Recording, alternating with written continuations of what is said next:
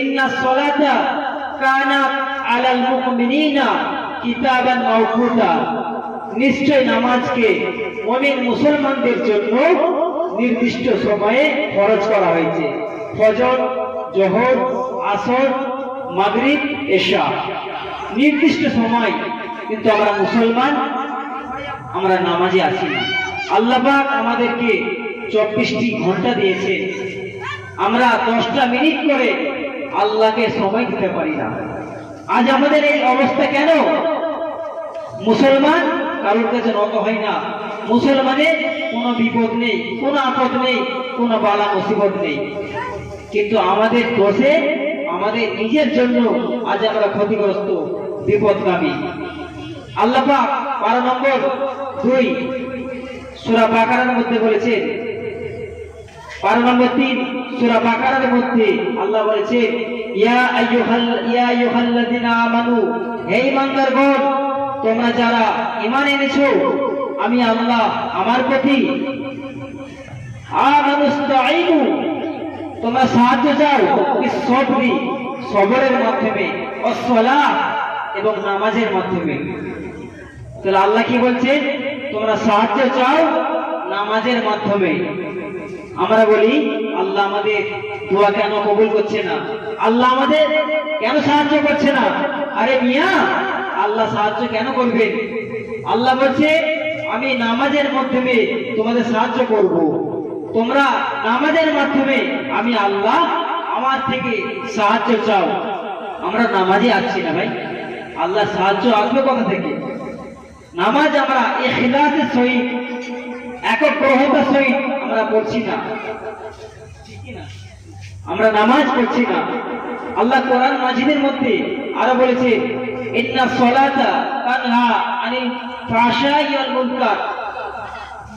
পারা নম্বর 21 আল্লাহ বলেছে, নিশ্চয় নামাজ এমন একটি ইবাদত যা মানুষকে সমস্ত খারাপ কাজ থেকে, সমস্ত খারাপ কাজ থেকে দূরে রাখে। যে নামাজ পড়বে, যে নামাজি হবে, সে কোনো হারাম কাজ করবে না। আমরা নামাজি হতে পারছি না, যারা নামাজ পড়ছি আমরা হারাম কাজে লিপ্ত আছি, হারাম কাজে লিপ্ত আছি। আমাদের রাসূলুল্লাহ প্রত্যেকটা সুন্নত আমাদের আদায় করতে হবে। সর্বপ্রথম আপনি একজন মুসলমান, আপনি মুসলমান হিসেবে পরিচয় দিতে গেলে আপনাকে নামাজ পড়তে হবে, আপনাকে নামাজ পড়তে হবে।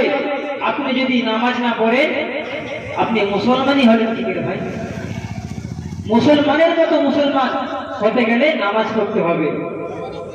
হাদিস শরীফে রাসূলুল্লাহ বলেছেন, হযরত আবু জাহল রাদিয়াল্লাহু তাআলা আনহু হতে বর্ণিত, তিনি বলেন রাসূলুল্লাহ সাল্লাল্লাহু আলাইহি ওয়াসাল্লাম বলেছেন, একদিন রাসূল সাল্লাল্লাহু আলাইহি ওয়াসাল্লাম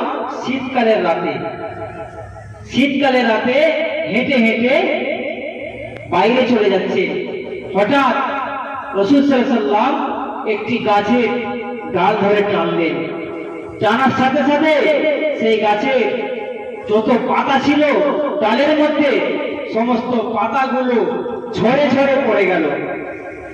সেই সময় রাসূলুল্লাহ বললেন, ও আবু জাহল, তুমি শুনে রাখো, জেনে রাখো, যখন কোন মুসলমান আল্লাহকে রাজি করার জন্য, আল্লাহকে খুশি করার জন্য 5 ওয়াক্ত নির্দিষ্ট সময়ে আদায় করবে, আমি রাসূল ঘোষণা দিচ্ছি আল্লাহ পাক সেই ব্যক্তির এরকম পাতা ঝরানো নেয়, তার জীবনে সমস্ত গুনাহ আল্লাহ মাফ করে দেবেন।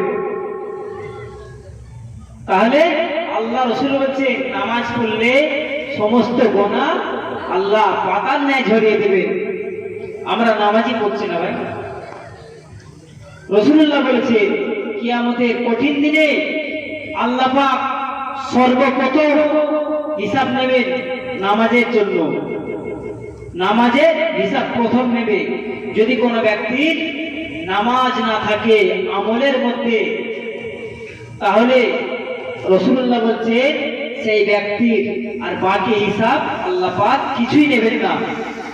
যদি আপনার আমল নামায় নামাজ না থাকে, রাসূলুল্লাহ বলছে আল্লাহ তাআলা আপনার আর কোনো কিছুই আমলের হিসাব নেবেন না। তাই আমি হাত জোর করে বলছি, সংক্ষিপ্ত সময় হাত জোর করে বলছি, কিছুক্ষণ আছি, আপনারা সকলে 5 ওয়াক্ত নামাজ পড়বেন, নামাজ কেউ ছাড়বেন না। রাসূলুল্লাহ আরো বলেছেন হাদিস পাকে, as-salatul মিফতাহুল জান্নাত, তিরমিজি শরীফের হাদিস। রাসূল বলেছেন নামাজ হলো জান্নাতের চাবিকাঠি। যদি কোনো ব্যক্তি একটা ঘরের মধ্যে বন্দী থাকে, যদি সেই ব্যক্তিকে তালা মেরে দেওয়া হয়, সেই ব্যক্তি পার হতে পারবে ভাই? পারবে? পারবে না। কেন? দরজার মধ্যে তালা মারা আছে, তালা খুললে সেই ব্যক্তি বেরোবে। তা রাসূল বলছে নামাজ হলো জান্নাতের চাবিকাঠি।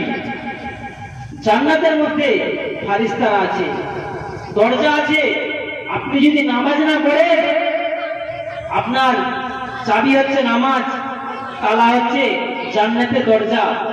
আপনি নামাজ না পড়লে আপনার জান্নাতের দরজা কি করে খুলবে ভাই? বুঝতে পারছেন না? তাই আপনাকে 5 ওয়াক্ত নামাজ পড়তে হবে, নামাজ ছাড়লে হবে না।